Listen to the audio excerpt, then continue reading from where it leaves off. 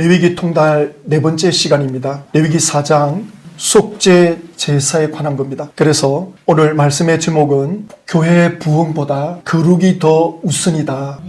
부흥은 좀 가시적인 거죠. 눈에 보이게 드러납니다. 외형적인 겁니다. 이것도 물론 중요합니다. 이걸 무시하는 건 아닙니다. 그러나 이것보다 더 중요한 것은 속사람이 변화되어야 되는 거죠.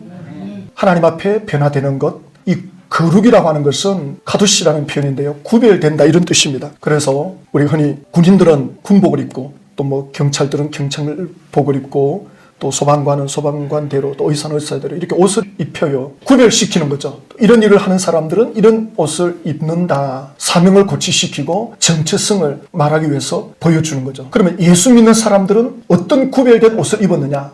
우리는 거룩한 옷을 입은 건데 예수의 옷을 입은 거죠. 그래서 베드로전서 2장에도 너희는 택하신 족속이요 왕같은 제사장들이다. 예수 믿는 사람들은 제사장의 옷을 입었습니다. 우리는 하나님과 이 세상을 연결시키는 통로입니다. 그러니까 경찰이나 소방관이나 의사들은 이 땅에서 사람들을 보호하고 사람들과의 관계를 회복시키고 안정시켜주는 그 역할을 맡은 건데 사람이 살아가는 이 사회에 너무나도 소중한 분들이죠. 그러나 이분들은 이 땅에서 할 수 있는 일이죠. 땅에 속한 일이죠. 하늘과 연결시킬 수는 없습니다. 그러나 예수로 옷 입은 거룩한 하나님의 자녀들은 제사장들입니다. 우리는 제사장의 옷을 입고 있습니다. 구별된 거룩한 삶을 우리는 살도록 부름받았습니다. 예수를 믿는다 하면 이제 거룩한 제사장 옷을 입는 거예요. 이 자리에 들어오는 겁니다. 예수를 믿는다. 그래서 천국과 이 땅을 연결시키는 저와 여러분들은 구원의 통로가 되는 겁니다. 축복의 통로가 되는 겁니다. 하나님이 보이지 않는 이 세상에 하나님을 보여주는 그 역할을 맡은 거룩한 사명자들입니다. 그래서 레위기의 전체 주제는 내가 거룩하니 너희들도 거룩해라.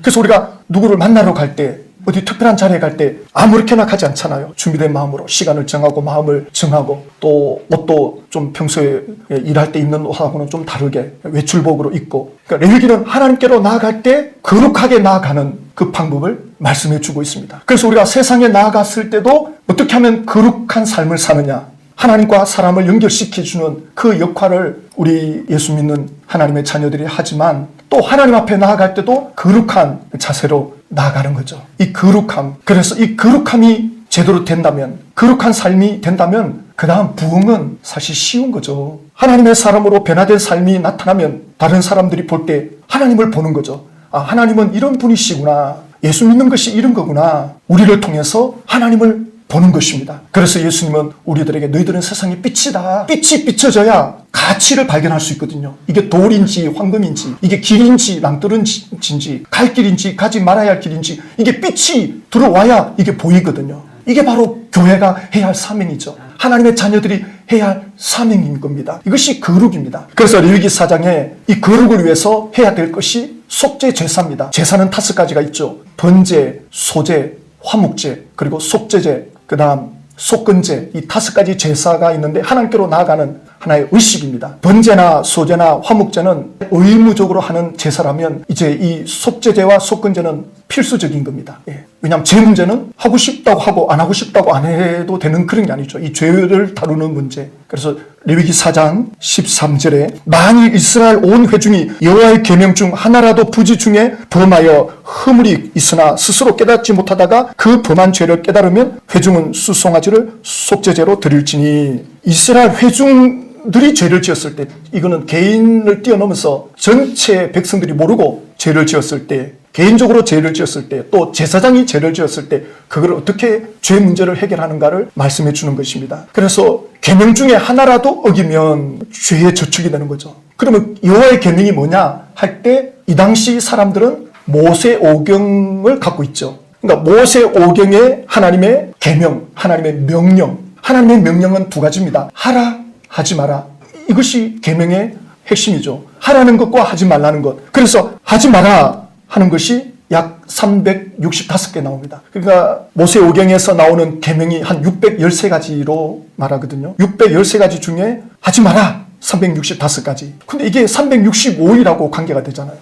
그래서 이제 이걸 약간 유추해서 해석하는 분들은 매일매일 하나님이 하지 말라는 건 하지 말아야 된다. 우리는 매일매일 하지 말아야 될 것에 대한 유혹을 받거든요. 우리가 거룩하게 살아야 되고 그 거룩이 하나님께로 나아가는 건데 그러려면 하나님이 하지 말라는 거 하지 말아야 된다. 그리고 그 다음에 하라는 것 248가지입니다. 우리 몸의 각 기관과 뼈가 248가지 이렇게 표현을 합니다. 그래서 몸 전체가 하나님 명령에 순복해야 된다. 이 계명을 지켜야 되는데 고의로 짓는 죄는 속죄 제사를 드릴 수가 없습니다. 그래서 예수를 제대로 믿으면 계속 이 양심이 살아납니다. 그래서 죄에 대해서 민감해지는 거죠. 지금 이스라엘 백성들에게 이 계명을 주신 것은 계명을 지켜가지고 내 백성이 되어라, 천국 백성이 되어라, 이게 아니죠. 일단 하나님께서 이스라엘 백성들을 택하여 불러주십니다. 하나님의 백성으로 불러주시고 너희들이 이제 나와 함께 지내려면 내가 거룩하니 너희들도 거룩해야 된다. 내가 원하지 않는 걸 하면 나와 함께 어울릴 수가 없다. 나와 친밀한 관계 속으로 들어가려면 내가 하지 말라는 거 하지 말아야 된다. 또 내가 하라는 것 해야 된다. 그러면 나와 더 깊은 관계로 들어가게 될 것이다. 이런 차원에서 계명을 주신 거죠. 계명을 지켜가지고 천국 들어갈 수 있는 자격을 받아라, 이게 아니죠. 계명을 지켜야 내 자녀가 된다, 내 백성이 된다. 그러면 누구도 계명을 지켜서 들어갈 사람이 없습니다. 누가 감히 하나님의 그 수많은 계명을 다 지킬 수 있겠습니까? 그러니까 하나님의 백성은 하나님이 불러주셔야 되는 거죠. 그런데 이제 하나님의 자녀는 됐어. 하나님 백성은 됐는데 하나님이 하라는 것과 하지 말라는 것을 따라가기에는 우리 습관이 또 우리의 육신이 못 미치는 거죠. 그걸 하나님 아시고 부지 중에 계명을 어겼다면 용서받을 수 있는 길이 있다. 그래서 용서를 받아야 된다. 창세기 15장에 가면 아브라함이 모세 이전의 사람인데 이 사람이 어떻게 하나님의 백성이 됐나, 구원받는 사람이 됐나라고 할 때 이제 성경은 이렇게 말씀하고 있죠. 하나님이 아브라함에게 너의 상속자는 너 몸에서 나는 자다. 아브라함은 나이가 90이 넘어가지고 야, 이제 더 이상 나에게서 무슨 후손이 나오겠나. 우리 집에 있는 엘리에셀 종이나 가문의 후손으로 그냥 삼으면 되지 않겠습니까? 그런데 하나님은 아니다. 네 몸에서 후손이 나올 거다. 저 하늘을 보아라. 저 별처럼 너의 후손이 많아질 거다. 아브라함은 기가 막히는 거죠. 지금 나이가 90이 넘었고 아내도 자식을 잉태할 능력도 없는데 네 몸에서 나오는 후손이 하늘의 별처럼 많을 거다. 그러니까 자기 형편을 보면 이게 믿어지지가 않는 거죠. 그런데 아브라함이 자기 형편을 보지 않고 하나님의 약속의 말씀을 믿는 겁니다. 이게 믿음입니다. 믿음은 내 감정을 믿는 게 아니에요. 믿음은 내 형편을 믿는 게 아닙니다. 믿음은 내 처지를 믿는 게 아닙니다. 하나님의 약속의 말씀을 믿는 겁니다. 어제 우리 브라미스 단톡방에 신천지 28년 있다가 나온 전도사님, 전도사 사역했다 그러죠. 이분이 자꾸 구원의 확신이 없다는 거예요. 그러니까 당신이 생각하는 구원의 확신은 뭐냐? 내가 오늘 죽어도 천국 간다는 확신이 안 생긴다는 거예요. 그렇죠. 믿음으로 하는데 신천지 안에서는 그렇게 안 배웠거든요. 신천지 안에서는 뭘 지켜야 되고 말씀을 깨달아야 되고 신천지가 하라는 대로 율법적으로 계명을 지켜야 되는 것처럼 그렇게 길들여져 왔거든요. 그러니까 하나님이 구원은 선물이고 믿음으로 주어지는 거다. 이게 무슨 말인지 이게 실감이 잘 안 나는 거죠. 오랜 세월을 거기에 세뇌되어 있다 보니까. 그래서 자기는 지금 나는 구원의 확신도 없고 지금 눈물을 흘리고 있다. 내 코가 석자다. 그래서 제가 댓글을 올렸죠. 당신의 부족함에 집중하지 마라. 당신 연약한 육신에 집중하지 마라. 거기에 집중하면 연민에 빠지게 된다. 자기 처지를 보면 우리는 전부 다 허물밖에 없어요. 부끄러움밖에 없습니다. 우리는 어리석고 미련하기 짝이 없는 인생입니다. 뭐 대단한 것 같지만 대통령도 장관도 교수도 재벌 총수도 결정적인 순간이 오면 목숨을 끊어요. 너무 견디기 힘드니까 그렇지 않습니까? 인간은 대단한 것 같지만 극한 상황이 오면 한없이 부족한 사람들입니다. 왜 자기를 봅니까? 그러니까 이 신천지에 오래 있다 나온 분은 내가 하나님 말씀대로 못 사는데 28년 동안 신천지에 많은 사람들을 전도했다 그러더라고요. 그거 생각하니까 죽을 죄밖에 안 보이는 거야, 자기는. 그러니 내가 어떻게 천국 갈 수 있겠나? 내가 어떻게 구원받았다 할 수 있겠나? 자꾸 자기를 보는 거예요. 자기가 지은 죄를. 그래서 예수님에게 집중하십시오. 아브라함을 보라고. 아브라함은 지금 90이 넘어가지고 자식을 둘 몸이 아닌데 하나님께서 너의 후손을 하늘의 별처럼 해주겠다. 아브라함이 그걸 믿으니까 하나님이 그걸 의로 여기셨다 그러잖아요. 인정했다 그러거든요. 너가 내 약속을 믿는구나. 믿음은 하나님의 약속을 믿는 겁니다. 우리가 기도할 때 그냥 내 기분을 생각해 보십시오. 허공을 치는 메아리입니다. 하나님이 눈에 보입니까? 한두 사람 기도도 아니고 수천 명, 수만 명의 사람들이 기도하는데 어떤 사람은 하나님이 그 많은 사람들 기도 들으려면 복잡하겠다. 하나님의 능력을 모르니까. 하나님은 한 말씀으로 천지를 창조하는 분입니다. 우리의 상상을 뛰어넘는 분입니다. 그러니까 우리는 이 성경의 말씀을 믿어야 돼요. 예, 그 말씀을 그대로 믿는 것입니다. 내 기분으로 생각하면 감이 안 잡혀요. 내 느낌으로, 내 지식으로, 내 머리로 이걸 100% 이해가 안 됩니다. 믿음으로 받아들여야 됩니다. 그래서 하나님께서 너희들이 안고 일었음을 내가 알고 있다. 내가 너희들을 눈동자와 같이 시킨다. 너희들 머리 털까지 헤아린다. 너희가 내 이름으로 두세 사람이 모인 곳에 나도 함께 하겠다. 우리가 그걸 믿는 겁니다. 우리가 주의 이름으로 모였잖아요. 그럼 주님이 여기 함께 하신다. 이걸 진짜로 믿으면 너무 기쁘면서도 두렵죠. 흥분이 되면서도 조심스럽죠. 이야, 우리가 주의 이름으로 모이는 곳에 주님이 함께 하신다. 그 믿음으로 살려고 하는 분한테는 굉장히 이게 흥분이 되죠. 오늘 또 주님 오시는구나. 우리 가운데 함께 하시구나. 내가 이 주님을 만나야 되겠다. 주님이 우리 가운데 오신다면 그냥 오시는 분이 아니잖아요. 뭐 할 일 없이 오는 분이 아니잖아요. 우리에게 뭔가 해주고 싶은 말씀이 있거든. 주님이 나에게 무슨 말씀하실까? 목사를 통해서 말씀하시나? 아니면 여기 집사님을 통해서? 그래서 사람과의 관계도 소중히 여기고 대화도 소중히 귀를 기울이고 모든 걸 가치 있게 의미 있게 신중하게 그렇게 태도가 달라지는 거죠. 그것이 거룩으로 나가는 길이죠. 자꾸 자기를 보는 거예요. 자기 형편을. 그게 겸손한 것 같지만 실상은 마귀가 미혹하는 거죠. 너의 꼬라지를 봐라. 너가 신천지에서 어떻게 하고 살았는데 이제 와서 천국 간다고 웃기는 소리 하지 마라. 그 마귀 소리 들으면 그냥 주저앉는 거예요. 그래서 이 사람이 자살을 하려고 했다잖아요. 자살을 몇 번 시도하고 자살 사이트에 들어가가지고 어떻게 하면 쉽게 죽나. 그래가지고 무슨 자살에 대해서 이제 말해주는 무당이 있으니까 그 무당을 찾아가가지고 30만 원을 주고 자살에 대해서 좀 알고 싶다. 그러니까 그 무당은 자살하면 자살 귀신이 된다. 이러니까 또 자살도 못하고 뭐 이러지도 못하고 저러지도 못하고 쓸데없는 돈 30만 원을 왜 그 무속인에게 갖다 주느냐고요. 이렇게 됩니다. 지금 저 교회 나간 지 얼마 안 됐으니까 지방에 계시는 분인데 그러니까 너무 힘들어하는 거죠. 하나님께서 아브라함에게 그 믿음을 의로 여기셨다라고 말씀하시는데요. 이 부분을 로마서에 가면 이제 우리 신약 성경으로 이걸 해석합니다. 그러니까 신약 성경의 관점에서 예수님의 관점에서 아브라함을 해석하는 거예요. 18절 보면 아브라함이 바랄 수 없는 중에 바라고 믿었으니 이는 내 후손이 이같으리라 하신 말씀대로 많은 민족의 조상이 되려 하심이라. 바랄 수 없는 일입니다. 하늘의 별처럼 네 후손이 많아진다. 아브라함으로서는 이걸 상상할 수 없는 일입니다. 그런데 믿었다 그러거든요. 그러면서 그가 100세가 되어 자기 몸이 죽을 것 같고 사라의 태가 죽을 것 같음에도 알고도 믿음이 약하여지지 아니하고 아브라함은 믿음의 조상이라 그러죠. 지금 눈으로 볼 때는 끝났어. 희망이 없어요. 이 당시는 족장 시대거든요. 후손이 있어야 나라를 세울 수 있고 이 족장이 있어야 외부의 침입을 막을 수도 있고 이러는데 뭐 후손이 없으니 자기 인생으로 끝난 거예요. 눈으로 볼 때는, 인간적으로 볼 때는. 그런데 하나님의 약속을 믿었다는 거예요. 나이가 지금 100세가 다 돼가는데 자식이 없어도 이 당시 100세는 지금도 그렇지만 아이를 놓을 수가 없어요. 90이 넘은 할머니가 아이를 가졌다? 지금도 없어요. 이 당시도 마찬가지예요. 그런데 믿은 거예요. 이거 어떻게 믿을 수 있겠습니까? 그래서 로마서 4장 20절에 믿음이 없어 하나님의 약속을 의심하지 않고 믿음으로 견고하여져서 하나님께 영광을 돌리며, 그러니까 하나님이 자식을 줄 걸 믿고 영광을 돌리는 거예요. 사실 우리가 어떤 문제를 놓고 기도할 때 이 문제가 하나님과 연결되어 있다. 내 욕심이 아니고 하나님의 뜻이다라고 하는 기도 제목은 100% 응답을 믿으면 좋아요.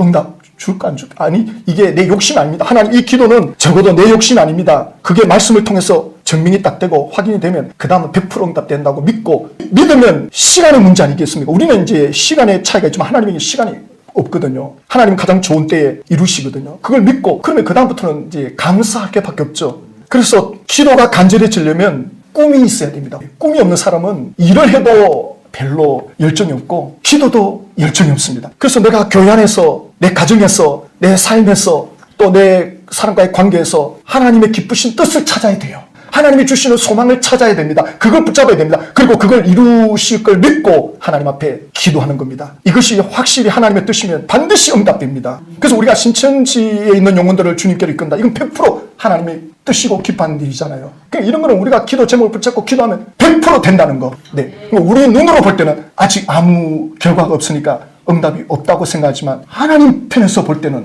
하나님께서 약속하신 거라면 반드시 응답이 됩니다. 아브라함 보십시오. 하나님께서 아브라함에게 약속해 주었습니다. 그래서 우리가 기도할 때 이 기도 제목이 하나님 약속에 근거되어 있는가, 내 어떤 인간적인 욕심인가 아닌가를 말씀에 비춰서 보고 거기에 합당하다면, 이상이 없다면 그때는 꿈을 꾸는 겁니다. 그 결과가 이루어지는 걸 꿈을 꾸는 겁니다. 그 미래가 현실에 올 것처럼, 현실을 보는 것처럼 세상에서도 그렇게 하거든요. 3차원에서도 이걸 가진 사람들이 성공을 해요. 세상 사람들도 보면 그게 미쳐있다 그러죠. 그 사람들이 일을 이루어요. 세상 일도 그래요. 영적인 것도 마찬가지입니다. 하나님 앞에 기도하는 우리의 기도의 소망이 이루어질 걸 믿고 보면서, 그러면 어둠이 안 생기죠. 걱정이 안 생기죠. 이제 시간의 문제지. 하나님이 이제 때를 따라 역사할 걸 믿고 하나님께 맡기고 기도하면서, 염려가 들어오면 기도하고, 걱정이 들어오면 또 그 문제가 내 마음을 누른다 싶으면 기도하고 맡기는 거예요. 그럼 그게 자유해집니다. 그러면 그 다음 또 분노가 안 일어납니다. 화를 낼 이유가 없어집니다. 왜? 하나님의 손에 있거든요. 하나님의 손에 있다는 게 보이고 하나님 하시는 게 보이면 흥분을 안 하게 됩니다. 절망을 안 하게 됩니다. 그래서 우리가 기도의 자리로 들어가는 거고 말씀의 자리로 들어가는 겁니다. 하나님의 관점에서 보이고. 근데 이 아브라함이 지금 그렇게 된 거예요. 이게 믿음입니다. 나의 100세가 됐는데 더 이상 희망을 가질 수 없는 몸인데 의심하지 않았다. 약속하신 그것을 또한 능히 이루실 줄 확신하였으니. 대단합니다. 나이 99세 그 나이에 아이가 생길 거라는 걸 확실히 믿고 주변 사람들은 전부 아니다 그러는데 아브라함은 하나님의 약속을 믿는 겁니다. 그래서 조금도 흔들리지 않고 버티는 겁니다. 그 100세가 되니까 이삭이 태어나는 거죠. 그런데 그러므로 그것을 그에게 의로 여기셨다. 그 믿음을 하나님이 인정해 주었다. 그 믿음으로 하나님의 사람으로 구원받는 사람으로 이거 의롭게 되었다 말은 인정했다는 뜻이거든요. 합격이라는 거거든요. 그래서 우리가 구원받는 건 믿음으로 내가 예수를 진심으로 믿습니다. 합격! 이렇게 되는 거예요. 나는 아무 노력도 한 것이 없는데요. 아니 구원은 예수 그리스도께서 죽으시고 부활하신 걸 믿으면 마음으로 믿고 입으로 신하면 구원받는다. 그래서 세례식을 할 때 제가 질문하죠. 예수님은 이런 분이신데 믿습니까? 공개할 수 있습니까? 사람들 앞에서 나는 믿습니다라고 말할 수 있겠습니까? 예, 그러면 아멘 하십시오 하면 아멘. 몇 가지 질문하고 아멘 하면 그 믿음을 붙잡으십시오. 그러면 이제 당신은 합격입니다. 그 정표로 세례의식을 하는 겁니다. 로마서 4장 23절에 그에게 의로 여겨졌다 기록된 것은 아브라함만 위한 것이 아니요. 아브라함이 믿음으로 의롭게 되었는데 그것이 아브라함 사건으로 끝나는 것이 아니라 의로 여기심을 받을 우리도 위함이니 곧 우리 주 예수 그리스도 죽은 자 가운데서 살리신 이를 믿는 자니라. 그러니까 아브라함이 그렇게 믿어서 의롭게 된 것처럼 오늘날에도 예수를 믿어 의롭게 된다. 하나님께 인정을 받고 구원의 백성으로 합당하게 여김을 받는 백성으로 들어온다. 그러면 이제 이게 이렇게 쉽게 구원받는 거야? 마음으로 믿고 받아들이면 이걸 깨달으면 깨달을수록 감격이 생기죠. 흥분되죠. 깨달아지면서 가슴이 벅차올라요. 하나님 지금 그러면 나의 아버지란 말이야? 지금 내 삶을 보고 있단 말인가? 그럼 이분 한번 의지해볼까? 그리고 기도하고 의지하는데 마음에 평안이 오는 거예요. 용기도 생기고 체험도 오고 이게 이제 경험되어지면서 말할 수 없는 믿음이 생겨나는 겁니다. 누가 뭐라 해도 이제는 하나님을 위해서 나는 산다. 이제 믿음이 점점 깊어지는 거죠. 계속 그렇게 가면 하나님의 은혜를 누리는 복을 누리는 단계로 들어가는 거죠. 그래서 갈라디아서 3장 2절에 내가 너희에게 다만 이것을 알라노니 너희가 성령 받은 것이 율법의 행위로냐 혹은 듣고 믿음으로냐. 갈라디아 교인들이 처음에 예수 믿고 구원받았다 해놓고는 사람들이 들어와가지고는 그렇게 쉽게 구원받냐. 신천총회장이 그러죠. 우리를 놀리죠. 기독교인들 말이야. 예수 믿으면 구원받는다. 나도 구원받았다. 너도 구원받았다. 그렇게 쉽게 구원받느냐고. 계시록의 말씀을 깨달아 지켜야지. 제가 그러죠. 그게 그러면 입맞은 자 단 한 사람이라도 있습니까? 계시록을 통달해가지고 그걸 다 지키는 자 한 명이라도 있습니까? 아무도 대답 못하죠.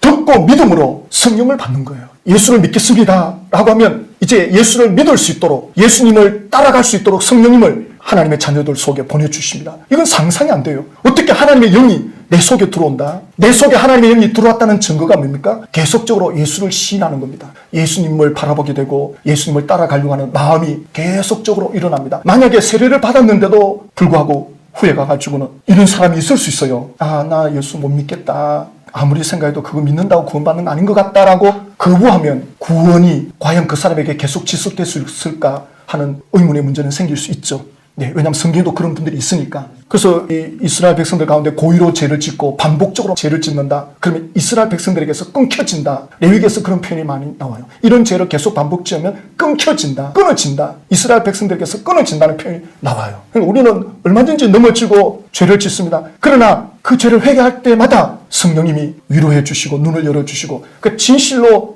회개하면 자녀가 부모로부터 매를 맞아도 그 매의 가치를 알고 의미를 알면 그 아이는 계속 성숙해가는 거죠. 그러니까 회개를 자주 한다고 해서 나쁜 게 전혀 아닙니다. 진실로 회개하면 그 죄를 이길 수 있는 힘을 주십니다. 어둠을 이길 수 있는 힘이 내 안에서 일어납니다. 이걸 경험 이제 하게 되는 거죠. 하면 알게 모르게 죄에 노출되더라도 문제가 안 되죠. 그 문제를 하나님 앞에 회개할 때 용서받을 수 있다는 것. 그래서 만일 이스라엘 온 회중이 여호와의 계명 중에 하나라도 그 부지 중에 범하여 허물이 있거나 스스로 깨닫지 못하다가 돌이켜보니까 그때 내가 그것도 죄였구나. 그러면 이제 백성들이 함께 우리가 지은 죄를 하나님께 용서를 구하자. 그래가지고 용서를 구할 때마다 하나님과 친밀해집니다. 죄를 숨기는 것은 하나님과의 관계를 멀어지게 하는 거죠. 죄를 깨달았다면 하나님 연약함을 용서해 주십시오. 또 죄에 노출됐습니다. 그렇게 고백할 때 하나님은 기쁘게 받으십니다. 그리고 그 죄를 이길 수 있도록 성령님이 도와주십니다. 그래서 예수를 오래 믿으면 오래 믿을수록 반드시 사람이 변화되게 되어 있습니다. 근데 오래 믿어도 잘 안 변화되면 좀 사람에 따라 차이가 있는 거죠. 좀 자기 생각이 강하거나 고집이 세거나 좀 그런 사람이 있어요. 그걸 이해해줘야 됩니다. 요한일서 1장 8절에 만일 우리가 죄가 없다 말하면 스스로 속이고 진리가 우리 속에 있지 아니할 것이요. 어떤 아이가 공을 차다가 남의 집 창문을 깼습니다. 그래가지고 그 집에 가서 공을 끄집어내 왔는데 이제 혼자만 알고 있죠. 주인은 도대체 이거 누가 깼나. 근데 이 아이는 그 집을 지나갈 때마다 괴로운 거예요. 그 사람들이 자기를 보는 것 같고 뒤에서 욕하는 것 같고 지나갈 때마다 너는 나쁜 놈. 이 아이가 너무 괴로운 거예요. 예를 드는 겁니다. 이런 일이 있을 수 있잖아요. 너무너무 괴로워가지고는 그 집 앞을 지나갈 때마다 마음이 불편한 거예요. 그래가지고 용기를 내가지고 주인에게 찾아갑니다. 사실 유리창을 제가 깼습니다. 그래, 괜찮다. 너가 용기를 내서 이렇게 찾아왔구나. 고맙다. 그 자상한 어른은 그 아이를 용서해 줍니다. 그래, 없었던 걸로 할게. 괜찮아. 그 용서받은 아이는 그다음부터 그 집을 자신 있게 지나가는 거예요. 그러니까 죄가 문제가 아니라 그 죄에 노출되면 그게 눌리게 되는 거죠. 눌려가지고 하나님께 나갈 용기가 없어집니다. 그래서 하나님 앞에 회개하고 잡아가면 하나님께서는 미쁘사 우리 죄를 깨끗하게 해주신다. 그렇게 말씀합니다. 그래서 요한복음 15장 7절에 너희가 내 안에 거하고 내 말이 너희 안에 가면 무엇이든지 원하는 대로 구하라. 그리하면 이루리라. 예수님은 우리와 친밀한 관계를 갖고 싶어 하거든요. 아주 친밀한 관계. 그래서 최고의 복이 뭐냐? 우리 신앙생활에 있어서 최고의 복은 하나님과 친밀해지는 겁니다. 행복은 뭐냐? 사람 관계에서 오는 행복. 가족 간에 친밀할 때. 가족이 친밀하지 않으면 행복할 수가 없습니다. 낭만처럼 지낸다. 행복 지수가 떨어져요. 잘 먹느냐 못 먹느냐 집에 평수가 뭐 크냐 적으냐 이건 둘째입니다. 친밀하지 않으면 서로 불편한 관계다. 행복 지수가 없어요. 사람 관계에서 오는 행복도 이 친밀한 관계에서 옵니다. 하나님의 은혜도 친밀한 관계. 하나님의 그 친밀함을 가로막는 것이 바로 죄라는 거죠. 그러니까 죄에 노출되는 걸 부끄럽게 얘기할 필요 없습니다. 우리는 늘 죄를 지을 것입니다. 이미 미래에 지을 죄를 예수님이 짊어지시고 용서해 주셨거든요. 죄값을 다 치렀단 말입니다. 그럼 우리는 고백만 하면 돼요. 주님, 제가 또 넘어졌습니다. 아직도 멀었네요. 진실하게 진솔하게 고백만 하면 됩니다. 그러면 성령님이 도와주십니다. 그럼 어느 날 사람들이 옆에 와서 야, 좀 사람이 바뀌었다. 어떻게 좀 달라졌다. 이런 말을 듣게 됩니다. 본인은 아직도 멀었는데, 본인은 죄밖에 안 보이는데, 부족한 것밖에 없는데 사람들이 그렇게 말하는 거죠. 그래서 요한복음 15장 8절에 너희가 열매를 많이 맺으면 내 아버지께서 영광을 받을 것이요. 그러니까 예수님을 닮아가는 그 삶에서 영광이 나타나는 거죠. 사랑이면 사랑, 능력이면 능력, 지혜면 지혜. 하나님의 은혜가 나타나는 거죠. 그것이 하나님께 영광이 되는 거죠. 도대체 당신은 어떻게 그렇게 사느냐? 하나님의 은혜로 삽니다. 다른 사람들도 하나님의 은혜로 사는 게 저런 거구나. 하나님을 믿고 사는 게 저런 것이구나. 이것이 하나님께 영광이 되는 거죠. 이 축복을 빼앗기지 마십시오. 지금 우리는 이런 구별된 자리에 들어와 있습니다. 거룩한 자리에 들어와 있습니다. 제사장의 옷을 입고 있습니다. 우리는 하나님과 세상 사람들을 연결시켜주는 축복의 통로의 자리에 들어와 있습니다. 구원의 통로가 되어져 있습니다. 이걸 누리십시오. 이 영광을 누리십시오. 이 축복을 누리고 나눠주는 자리에 우리가 들어와 있습니다. 이것이 레위기가 우리에게 주는 교훈이죠. 그래서 어떤 죄도 부끄러워하지 마라. 하나님 앞에 고백하면서 용서를 구하면 하나님은 또 그걸 이길 수 있도록 성령으로 우리에게 능력을 주신다. 그걸 경험하시고 체험하십시오. 하나님의 사랑은 무궁무진합니다. 7번씩 7번씩 우리에게 용서해 주시는 분입니다. 하나님의 그 큰 사랑을 믿으시고 오늘 또 경험하는 시간들이 되시기를 주님의 이름으로 축복합니다.